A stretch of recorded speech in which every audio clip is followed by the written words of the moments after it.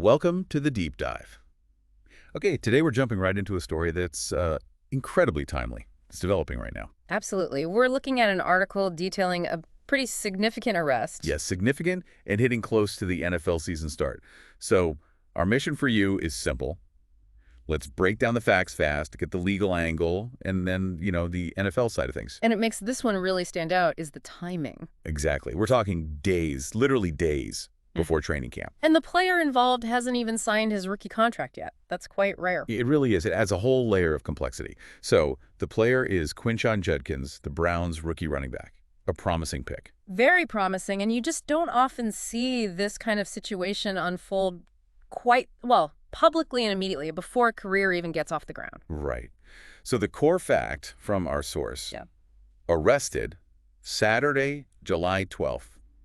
This was down in Fort Lauderdale, Florida. And the charge, specifically from the Broward County records, is misdemeanor domestic violence battery. The classification is touch or strike battery domestic violence. Which essentially means any unwanted physical contact within that domestic context definition. Even if it seems minor on paper, that label carries weight. Definitely. And legally speaking, he's only 21. He's still in custody as we record this. And his first court appearance is tomorrow, Sunday. It's moving fast. Wow, very fast. And even though it's a misdemeanor, you have to remember under Florida law that domestic violence battery tag isn't something small. What could that mean realistically? Well, potentially up to a year in jail. There could be hefty fines, mandatory counseling, things like that. But honestly, the bigger impact often comes from outside the courtroom. You mean professionally? Exactly, especially in the NFL context. That specific charge, domestic violence, resonates very strongly. And that brings us straight to the league, right? The NFL's own reaction. They operate kind of separately from the legal stuff. Totally separate tracks sometimes. Yeah. The Browns put out that statement, the standard one. The "we're aware, gathering information" line. We always hear that. Always. But here's the twist we mentioned. Judkins, a second-round pick, right? High expectations. A contract felt like a sure thing. Felt like it, yeah. But now, no signature on the dotted line. It really changes the game. Oh, absolutely. That pre-contract status, it shifts the power balance massively.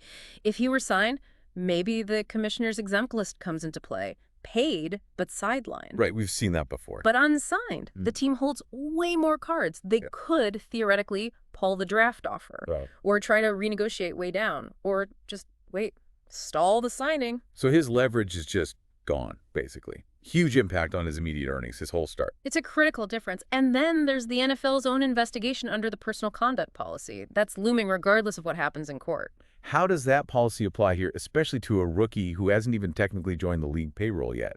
Well, the policy is broad. It often hinges on conduct detrimental to the integrity of and public confidence in the NFL. An arrest alone, even without a conviction, can trigger that. So just the arrest is enough? It absolutely can be. For a rookie getting flagged this early, before playing a single down, it sets a really tough precedent. It's that dual jeopardy again, the law and the league. It makes things incredibly complicated for him. So practically speaking, training camp starts in days. What happens now? Can he even show up? That's the immediate question. His ability to even be there, let alone practice and compete for a spot, is seriously up in the air. It's just a stark reminder, isn't it? How quickly off-field events can just potentially derail everything, especially with that unsigned status hanging over him. It really underscores that being drafted is just the beginning. The scrutiny starts immediately, and the path is, it can be incredibly fragile. Yeah. This whole situation playing out before his career even formally starts, without that contract signed. It's a really clear example of how non-football issues can hit an athlete's path hard. And it leads to that bigger question, doesn't it? It does. It makes you think, what does it really mean for a major sports league like the NFL to have its own conduct policy? One that can impose consequences completely separate from legal outcomes, especially for players who are just stepping onto the professional stage. Something to chew on.